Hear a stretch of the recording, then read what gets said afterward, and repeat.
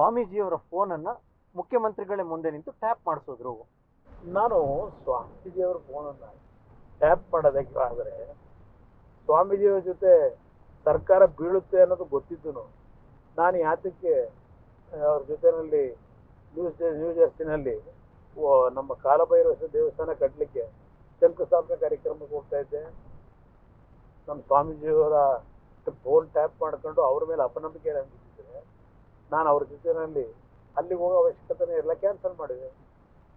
ಇದೆಲ್ಲ ಇವರ ರಾಜಕೀಯದ ಒಂದು ಬಲ ಬೆಳೆಸ್ಕೊಳ್ಳೋದಕ್ಕೆ ಈ ರೀತಿಯ ಸುಳ್ಳು ಅಪಾದನೆಗಳನ್ನು ನನ್ನ ಮೇಲೆ ಮಾಡ್ಕೊಂಡ್ಬಂದಿದ್ದಾರೆ, ವ್ಯರ್ಥವಾದ ಅಪಾದನೆಗಳು. ಅವತ್ತು ಸರ್ಕಾರ ಉಳಿಸ್ಲಿಕ್ಕೆ ಅಂತ ಬಾಂಬೆಗೆ ಹೋದಂತ ಡಿ.ಕೆ. ಶಿವಕುಮಾರ್ ಅವರ ನಡೆ ಒಂದು ನಾಟಕನ ಅವತ್ತಿಗೆ ಅದು ನಿಜ.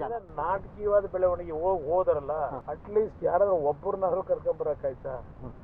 ಅಲ್ಲಿ ಸುಮ್ಮನೆ ಏನೋ ಒಂದು ಕಾಟಾಚಾರಕ್ಕೆ ಹೊರನೋಟಕ್ಕೆ ಕುಮಾರಸ್ವಾಮಿ ಅವರಿಗೆ ಎಷ್ಟು ನೋಡು ಹಿಂದ್ಗಡೆ ಭರಾಟೆವಾಗಿ ನಿಂತಿದ್ದಾರೆ ಅಂತಕ್ಕಂಥ ಒಂದು ಸ್ಟೋರಿ ಬಿಲ್ಡಪ್ ಮಾಡಿಸ್ಕೋಬೇಕಾಯ್ತು. ಬಂಡೆ ಥರ ನಿಂತಿದ್ರು ಕುಮಾರಸ್ವಾಮಿ ಸರ್ಕಾರ ಉಳಿದಕ್ಕೆ. ಇದನ್ನ ತೋರಿಸ್ಕೊಳ್ಳೋಕ್ಕೋಸ್ಕರ ಒಂದು ನಾಟಕ ಆಡ್ಕೊಂಡಿದ್ದೆ. ಏನೋ ಅದರಿಂದ ಉಪಯೋಗ ಆಯ್ತಾ?